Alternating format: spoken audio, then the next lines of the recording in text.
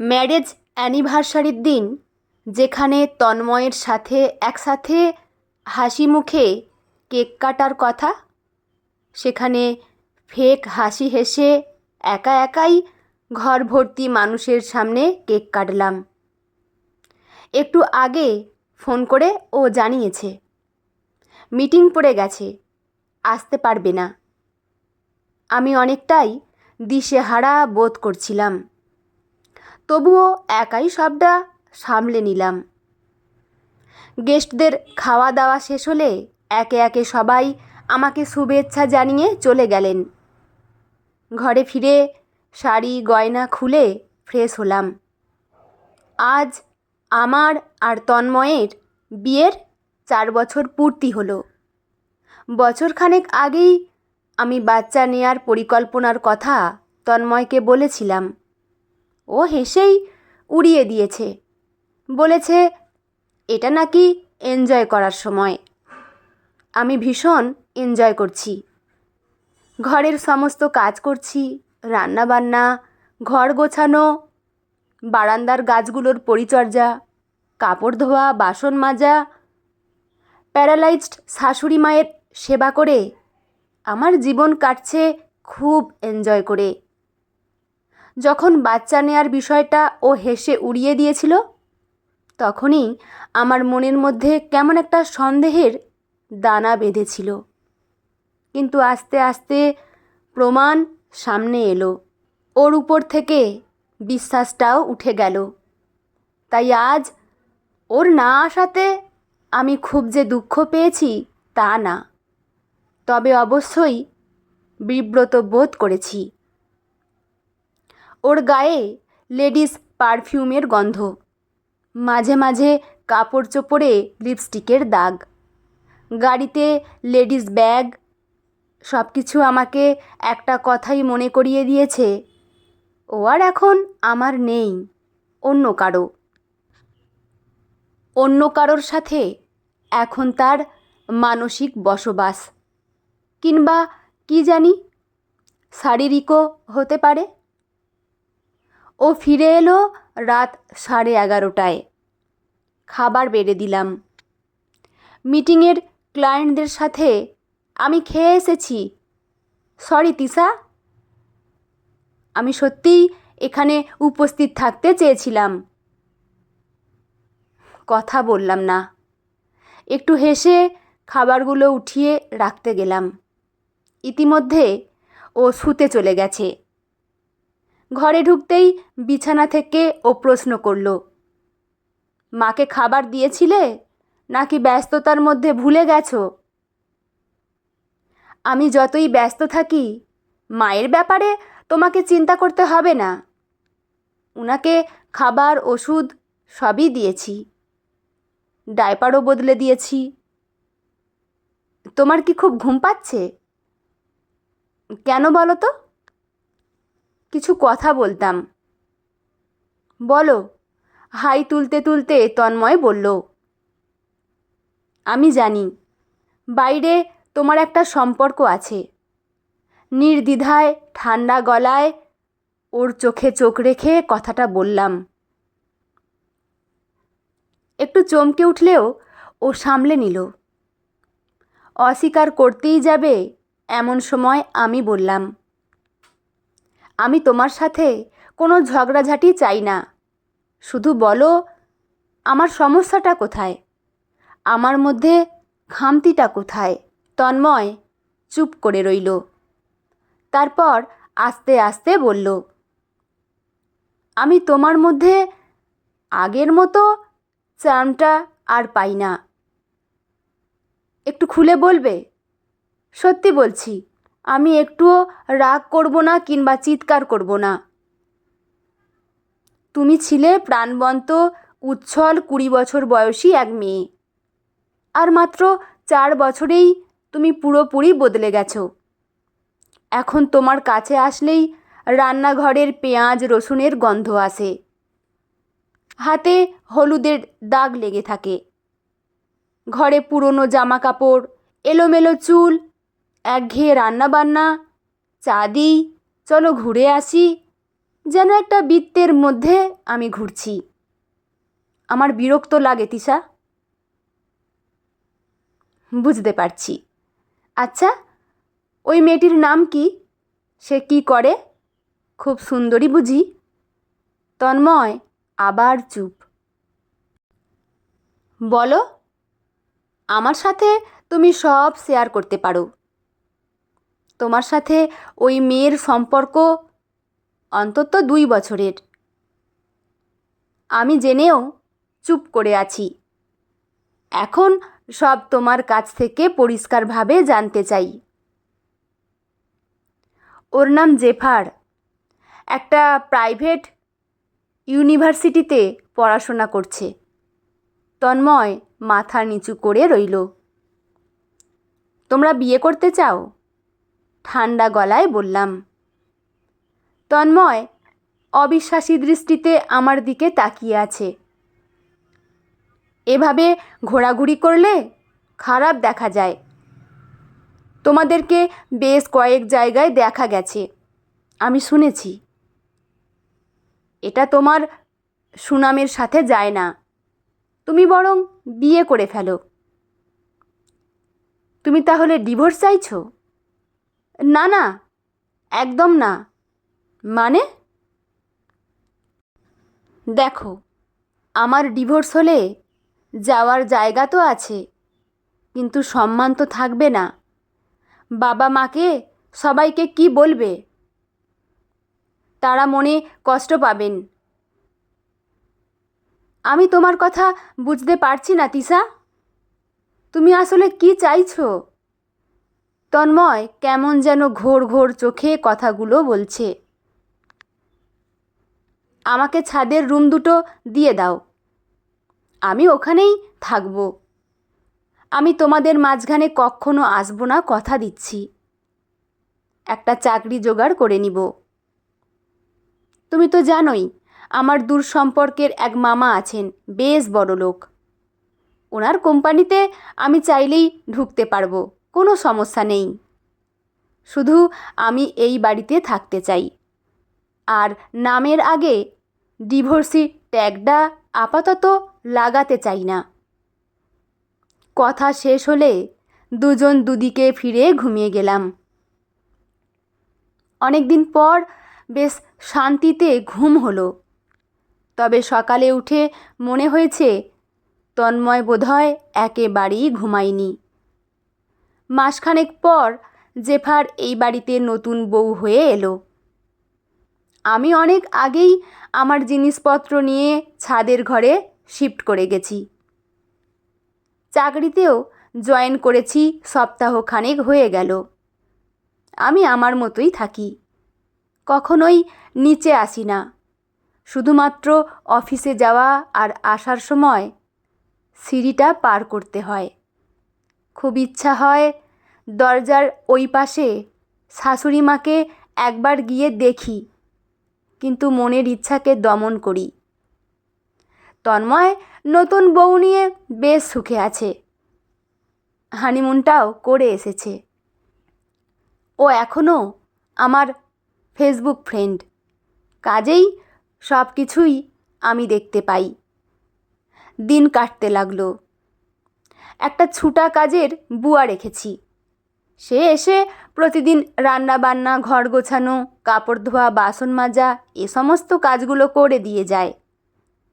না রাখলেও চলতো, কারণ এইসব করে আমি অভ্যস্ত। কিন্তু আমি এখন নিজের প্রতি একটু সময় দিতে চাই। নিয়মিত জিমে যাই, প্রতি মাসে পার্লারেও যাই। আমার শরীর থেকে এখন আর পেঁয়াজ রসুনের গন্ধ আসে না, বরং দামি পারফিউমের গন্ধ আসে। বেশ কিছু ভালো ব্র্যান্ডের জামা কাপড়, জুতা, ব্যাগ, কসমেটিক্স সবই কিনেছি আর ব্যবহারও করছি। এখন আমার আলাদা একটা সার্কেল আছে। বন্ধুদের সাথে মাঝে মাঝে ঘুরতে যাই। কয়েকদিন আগে অফিস থেকে সবাই মিলে 2 দিনের ট্রিপেও গিয়েছিলাম। এখন আমি আয়নার সামনে দাঁড়িয়ে নিজেকে দেখে নিজেই চমকে উঠি। সত্যি আমি এত সুন্দর? 1 বছরও গড়ালো না। আমার স্বামীর তার নতুন স্ত্রীর সাথে নাকি বনিবনা হচ্ছে না, সারাক্ষণই ঝগড়াঝাটি লেগে আছে। একদিন অফিস থেকে বের হয়েছি, এমন সময় কাকতালীয়ভাবে ওর সাথে দেখা। অনেক দিন পর ওকে সরাসরি দেখলাম। কেমন যেন বিধ্বস্ত লাগছে, আর ও আমাকে দেখে চমকে গেছে। তিশা, তুমি এখানে? হ্যাঁ, এটাই তো আমার অফিস। আমি হাত দিয়ে ডান পাশে দেখালাম। দেখলাম ও আমার পা থেকে মাথা পর্যন্ত দেখছে, যেন আমাকে এই নতুন রূপে দেখে সে বিস্মিত। তুমি এখানে কি করো? প্রশ্ন করলাম। উত্তর না দিয়ে ও বলল, তোমার সময় হবে? চলো ওই সামনের ক্যাফেটায় বসি। ওর সাথে বসে কফি খাওয়ার কোনো আগ্রহ আমার নেই, কিন্তু ও কি বলতে চায় সেটা শোনার যথেষ্ট আগ্রহ আমার আছে, তাই দ্বিমত করলাম না। কফিতে চুমুক দিয়ে সে তার দুঃখের কথা আমাকে শোনাতে লাগলো। জেফার মাকে একদম পছন্দ করে না, তাকে বৃদ্ধাশ্রমে দিয়ে দিতে বলে। জেফার বদলে গেছে। আগে যেই জেফার অনেক স্টাইলিশ ছিল, সে নাকি হঠাৎ করে খ্যাত হয়ে গেছে। ওর গা থেকে বাজে গন্ধ আসে, ওর মেজাজ খিটখিটে হয়ে গেছে, যখন তখন ঝগড়া শুরু করে দেয়। চাহিদা মোতাবেক কিছু না পেলে চিৎকার চেঁচামেচি করে। বিয়ের আগের সাথে এখনকার তন্ময়কে তুলনা করে। আগে না চাইতেই পেত, আর এখন চেয়েও পাচ্ছে না, এটাই বড় অভিযোগ। গতকাল রাগ করে তার বাবার বাড়িতে চলে গেছে। কফির কাপটা নামিয়ে আমি কিছুক্ষণ ওর দিকে তাকিয়ে থাকলাম। আজ আমার চোখে কোনো কষ্ট নেই, রাগ নেই, অভিমানও নেই, শুধু অদ্ভুত এক শান্তি। তন্ময় গলা নামিয়ে বলল, তিশা, আমি ভুল করেছি। আমি বুঝতে পারছি, তুমি ফিরে আসো। হালকা হেসে বললাম, আমি কোথাও যাইনি তন্ময়। তুমিই আমাকে ছেড়ে চলে গিয়েছিলে। তুমি বলেছিলে আমার গা থেকে পেঁয়াজ রসুনের গন্ধ আসে। জানো, সেই গন্ধটা ছিল সংসারের, দায়িত্বের, ভালোবাসার। আর এখন যে পারফিউমের গন্ধ পাচ্ছ, সেটা স্বাধীনতার। তন্ময় অসহায় গলায় বলল, আমি জেফারের সাথে আর থাকতে পারছি না, প্রতিদিন ঝগড়া। এখন বুঝতে পারছি তুমি কত কিছু সহ্য করেছো। তুমি যা চেয়েছিলে তাই তো পেয়েছো তন্ময়। প্রাণবন্ত স্টাইলিশ রান্নাঘরের গন্ধহীন জীবন এখন ভোগ করো। তুমি আমাকে আর একটা সুযোগ দাও। আমি তোমার স্ত্রী ছিলাম, কাগজে কলমে অবশ্য, এখনও আছি। তবে তুমিও জানো, সেই সম্পর্ক আমাদের মাঝে এখন আর নেই। আমি তোমার জন্য কোনো অপশান না, যে যখন খুশি বেছে নেবে, যখন খুশি ছুঁড়ে ফেলবে। কথাটা শুনে তন্ময় থমকে গেল। দিন কয়েক পর বাড়ি ফিরে সরাসরি তন্ময়ের রুমে গেলাম। টেবিলের ওপর খামটা রাখলাম, ডিভোর্স লেটার।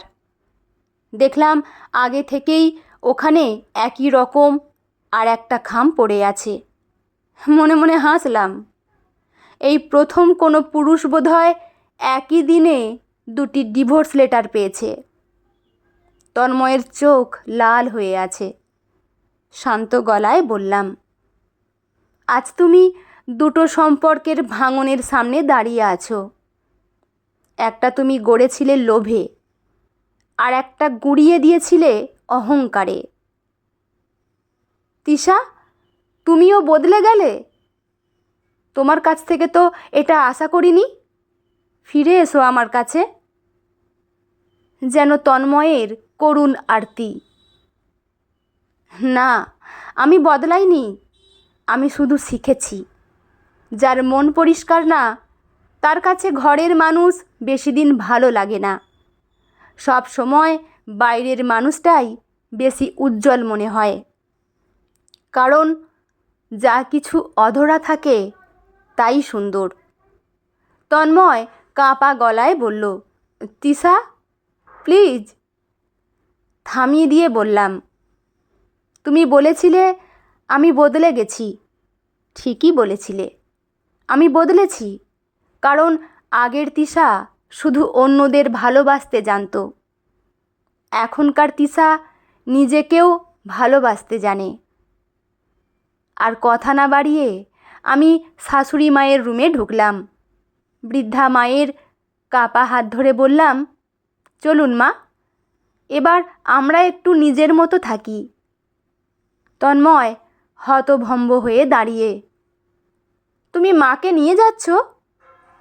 হ্যাঁ, তুমি যদি আমাকে নিশ্চয়তা দিতে পারো যে তুমি ওনাকে আমার মতো যত্নে রাখবে, তবে অবশ্যই আমি ওনাকে রেখে যাব। তন্ময়ের চোখে জল।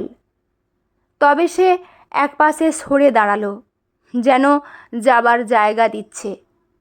কাঁপা গলায় বলল, তিশা, আমি তোমাকে হারাতে চাই না। তুমি অনেক আগেই হারিয়েছ। যেদিন আমার হাতের যত্নের ছাপটা না দেখে হলুদের দাগ দেখেছিলে। মনে রেখো তন্ময়, যে মানুষ ঘরের ভেতর ভালোবাসা খুঁজে পায় না, সে বাইরে কখনো শান্তি পায় না। নতুন ফ্ল্যাট, ছোট কিন্তু পরিপাটি, বারান্দায় কয়েকটা গাছ। ভেতরে শাশুড়ি মা হুইল চেয়ারে বসে রোদ নিচ্ছেন। আমি অফিস থেকে ফিরে দরজায় দাঁড়িয়ে এক মুহূর্ত চোখ বন্ধ করলাম। মা আমার দিকে তাকিয়ে হাসলেন, কেমন যেন একটা নিশ্চয়তা। ভরসার নিঃশ্বাস নিলাম প্রাণ ভরে। সম্বিত ফিরল ফোনের নোটিফিকেশনে, তন্ময়ের ফ্রেন্ড রিকোয়েস্ট। ডিভোর্স দেব এই সিদ্ধান্ত নেওয়ার পর ওকে আনফ্রেন্ড করে দিয়েছিলাম। মৃদু হেসে ডিলিট করে দিলাম। আয়নার প্রতিবিম্ব আমায় ফিসফিস করে বলছে, যা অধরা থাকে তাই সুন্দর। আর তুমি এখন অধরা। সিদ্ধান্ত নিলাম ওর কাছে সারা জীবন অধরাই থাকব। বন্ধুরা, গল্পটি এখানেই সমাপ্ত। আপনাদের কেমন লাগলো অবশ্যই কিন্তু কমেন্ট করে জানাবেন। আর চ্যানেলে নতুন বন্ধু হয়ে থাকলে চ্যানেলটি সাবস্ক্রাইব করে পাশে থাকবেন। লেখা সুবর্ণা শারমিন নিশি, পাঠে আমি রিমি। দেখা হচ্ছে পরের কোনো গল্প নিয়ে। ভালো থাকবেন সবাই। ধন্যবাদ।